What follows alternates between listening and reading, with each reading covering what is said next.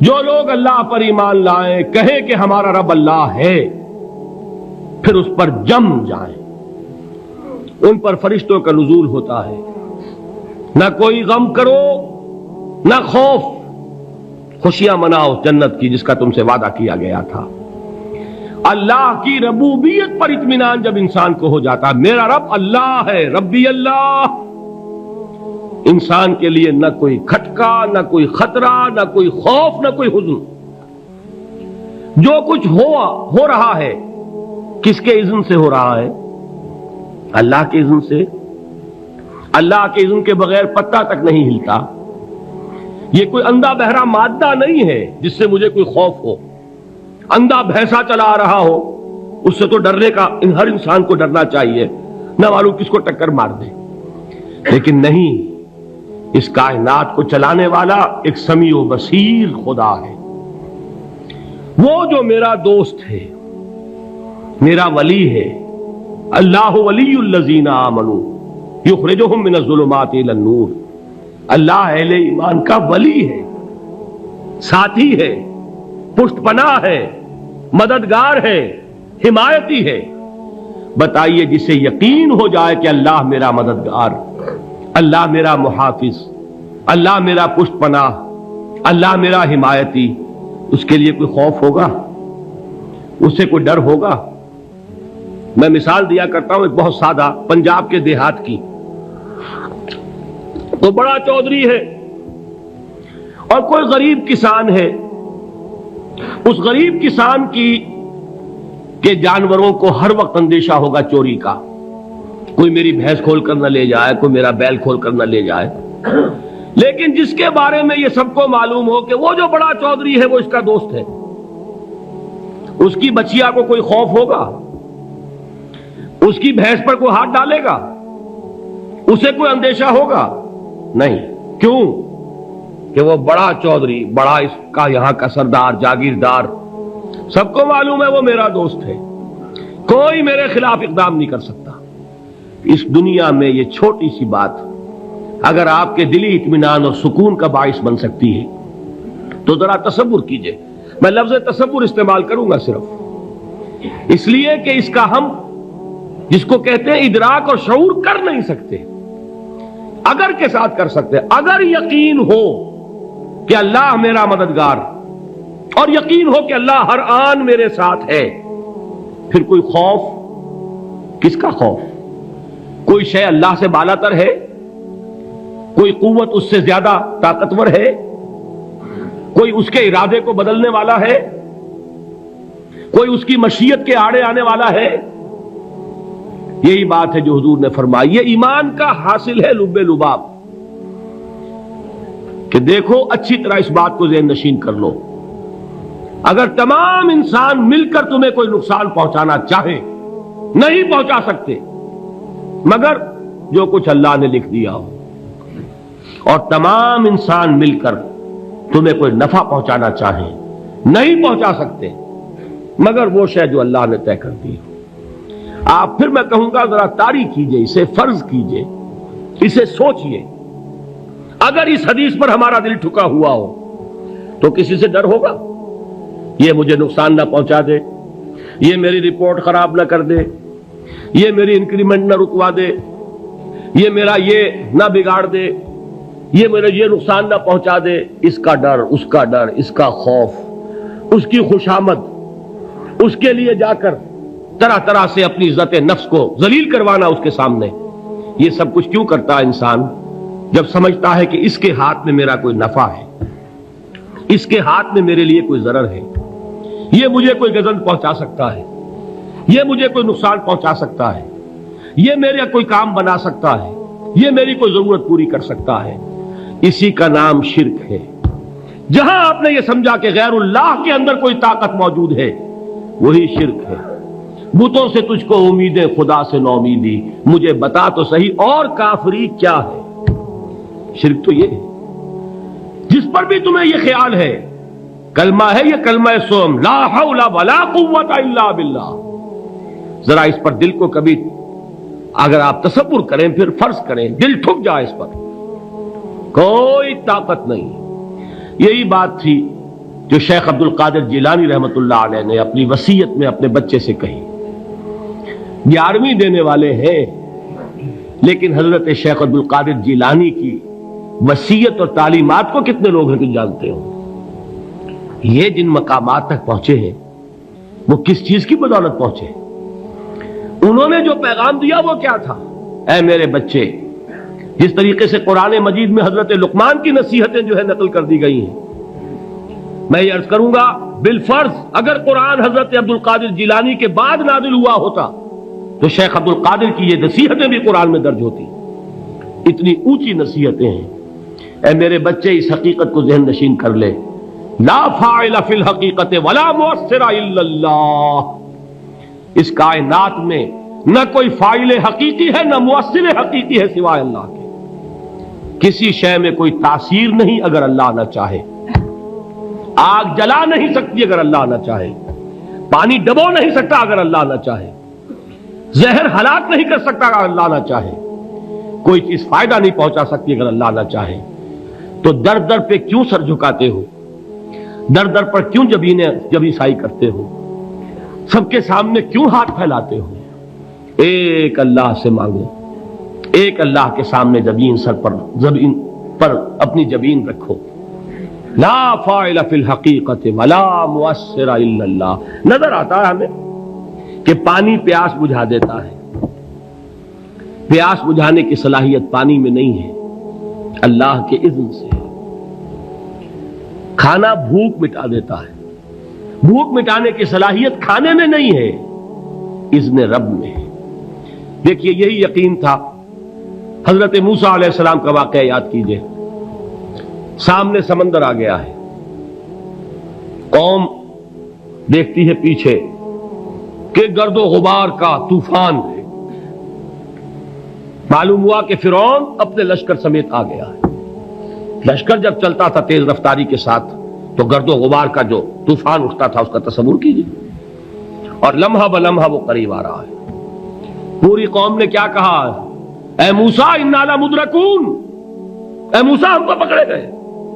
قرآن مجید نے تو یہاں وہ باتیں نہیں لکھی ہیں، لیکن تورات میں یہ درج ہے کہ بنی اسرائیل جھگڑنے لگے، دست و گریبان ہو گئے موسیٰ کے ساتھ.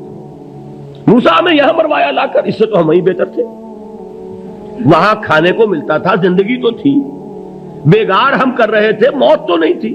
اب جو کچھ ہوگا اس کا تصور کرو، جس طریقے سے ہمارے ٹکڑے اڑائے جائیں گے. تو لڑ رہے ہیں حضرت موسیٰ علیہ السلام سے. یہ تورات کی تفصیل ہے. قرآن میں صرف اتنا آیا ہے، پریشان ہو کر انہوں نے کہا انا لمدرکون، موسیٰ ہم تو پکڑے گئے. اس وقت موسیٰ کا جواب کیا ہے؟ کلا ان معی ربی سیہدین. نہیں، میرے ساتھ میرا رب ہے، وہ راستہ دے گا. بتائیے کہاں راستہ نظر آ رہا ہے؟ یہ ہے ایمان بالغیب. راستہ نظر نہ آئے تب اللہ پر یقین ایمان ہے. جیب میں پیسے ہوں اور تب دل کو اطمینان ہے تو ایمان کس پر ہوا؟ پیسے پر، اللہ پر نہیں. جب وسائل و ذرائع نہ ہو اور پھر یقین ہو کہ اللہ مسبب الاسباب ہے، وہ اسباب کا پابند نہیں ہے، وہ اسباب کا محتاج نہیں ہے، اسباب اس کے محتاج ہیں. اگر یہ یقین ہے تو اللہ پر ایمان ہے. یہ نہیں ہے تو تمہارا ایمان اسباب پر ہے، وسائل پر ہے، ذرائع پر ہے، مادیات پر ہے، اللہ پر نہیں. اس وقت کہاں راستہ تھا؟ کوئی راستہ تھا؟ سمندر ہے اور ادھر سے لشکر آ گیا ہے. کلا ان معی ربی سیہدین. اب دیکھیے ایمان کہہ دینا آسان ہے، ہوا معکم اینما کنتم، جہاں کہیں بھی تم ہوتے ہو اللہ تمہارے ساتھ ہوتا ہے. لیکن اس کا یقین قائم ہو جائے تو زمین و آسمان کا فرق واقع ہو جائے. یہی بات ہوئی حضور کے ساتھ. غار ہے، چھپے ہوئے ہیں محمد الرسول اللہ اور آپ کے وہ یار غار ابو بکر صدیق رضی اللہ تعالی عنہ. اقبال نے حضرت ابو بکر کی شان میں چند اشعار کہے صرف، لیکن واقعہ یہ ہے کہ بھاری بھاری نظموں پر اور قصیدوں پر بھاری ہے. طویل ترین نظمیں اور قصیدے ہوں ان پر بھاری ہے. ہمت ابو بکر کی ہمت جو ہے کشت ملت را چو ابر، جیسے بارش سے کھیتی اپجتی ہے، ابو بکر کی ہمت اور عزیمت اس امت کو اسی طرح سینچنے والی ہے۔ ثانیے اسلام و غار و بدر و قبر، وہ دوسرے تھے اسلام میں، دوسرے پہلے کون تھے؟ انا اول المومنین، حضور فرماتے ہیں سب سے پہلا ایمان لانے والا میں، دوسرے ابو بکر۔ ویسے ہمارے ہاں یہ چلتا ہے اختلاف، حضرت علی پہلے ہیں کہ حضرت ابو بکر پہلے ہیں، لیکن اس میں بڑی خوبصورت تطبیق قائم کی ہے علماء نے، اور بہت صحیح ہے۔ چار کے بارے میں فیصلہ ہی مت کرو کہ کون پہلے ہے، ان کی ایک عجیب تقسیم کر دی ہے۔ آزاد مردوں میں، بالغ مردوں میں سب سے پہلے ابو بکر، بچوں میں سب سے پہلے علی، خواتین میں سب سے پہلے خدیجہ، اور غلاموں میں سب سے پہلے زید ابن حارثہ۔ بڑی پیاری تقسیم ہے، یہ چاروں ہی پہلے ہیں، ہر ایک کے لیے اولیت ہے۔ اور واقعہ یہ ہے کہ اگر زمانی اعتبار سے تعین ہوگا تو پہلے خدیجۃ الکبریٰ آئیں گی رضی اللہ تعالی عنہ، کسی اور سے بات کرنے کی نوبت بعد میں آ سکتی ہے، پہلے تو اہلیہ محترمہ سے بات ہوئی، آتے ہی پہلی وحی ہوئی ہے، ابھی تبلیغ کا حکم نہیں تھا۔ کس کو بتایا واقعہ؟ ابھی اپنی نبوت کی تبلیغ کا تو حکم ہی نہیں آیا۔ واقعہ کس کا ہے؟ وہ خدیجہ کا ہے۔ جب کہا ہے کہ خشیت علی نفسی، مجھے اپنی جان کا اندیشہ ہے، تو کیا جواب دیا خدیجہ نے رضی اللہ تعالی عنہا؟ وہ صدیقۃ الکبریٰ ہے۔ صدیقات جو ہے خواتین، ان میں چوٹی پر خدیجۃ الکبریٰ ہے رضی اللہ تعالی عنہا، اور صدیق جو مرد ہیں ان میں صدیق اکبر ہے ابو بکر صدیق رضی اللہ تعالی عنہ، لیکن صدیقات میں چوٹی پر۔ جب حضور نے فرمایا خشیت علی نفسی، کیا فرمایا؟ کیا عرض کیا؟ کیسے تسلی دی؟ نہیں، اللہ آپ کو ضائع نہیں کرے گا، آپ غریبوں کے ہمدرد ہیں، آپ مساکین کے تکالیف رفع کرنے والے ہیں، آپ بیواؤں کی سرپرستی کرتے ہیں، آپ مسافروں کی خدمت کرتے ہیں، اللہ آپ کو ضائع نہیں کرے گا۔ یہ یقین ہے اس خاتون کے اندر۔ خیر وہ ایک علیحدہ بات ہو جائے گی۔ میرے دل پر حضرت خدیجہ رضی اللہ تعالی عنہ کی شخصیت کا بڑا گہرا نقش ہے، جو وہ کوئی اور ہی وقت اور موقع ہوا تو بیان ہوگا۔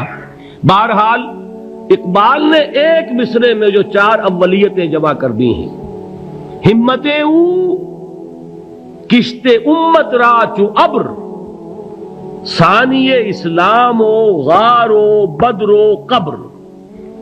اسلام میں حضور کے بعد پہلے کون؟ ابو بکر۔ غار میں حضور کے ساتھ کون؟ ابو بکر۔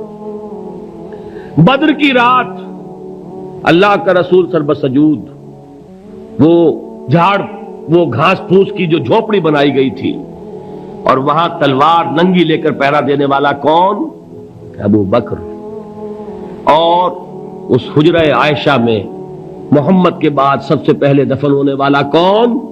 ابو بکر رضی اللہ تعالی عنہ صلی اللہ علیہ وسلم۔ وہ جو معاملہ میں سنا رہا تھا غار ثور کا، حضرت ابو بکر بھی حضور کے خیال سے لرز گئے ہیں۔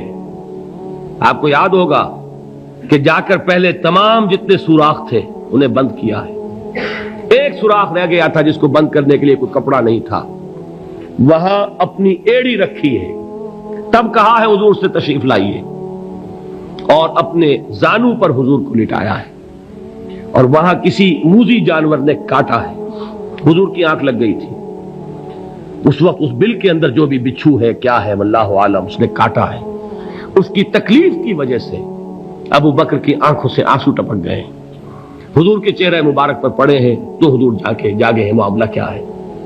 ایڑی نہیں ہٹائی وہاں سے، مبادا وہ جانور وہاں سے نکل کر محمد الرسول اللہ کو کوئی گزن پہنچا دے، ابو بکر کی ایڑی ہے، جس طرح چاہے کھا لے، ختم کر دے، جان نکل جائے تب کوئی آنچ آئے، محمد پر تو آئے، لیکن جیتے جی نہیں۔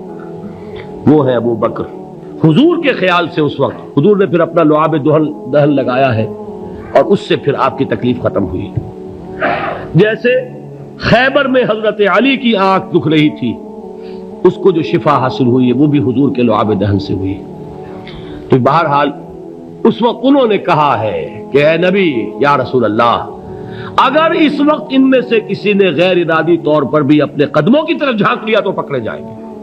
کیا جواب تھا اللہ کے رسول کا؟ لا تحزن ان اللہ معنا، اللہ ہمارے ساتھ ہے، کیوں گھبراتے ہو ابو بکر؟ یہ ہے ایمان باللہ، میرا مالک اللہ، میرا رازق اللہ، میرا محافظ اللہ، میرا مددگار اللہ، میرا پشت پناہ اللہ، میرا دوست اللہ۔ یہ دوستی ہے اللہ کی جو لب لباب ہے، حاصل ہے ایمان کا، اسی کا نام ولایت ہے۔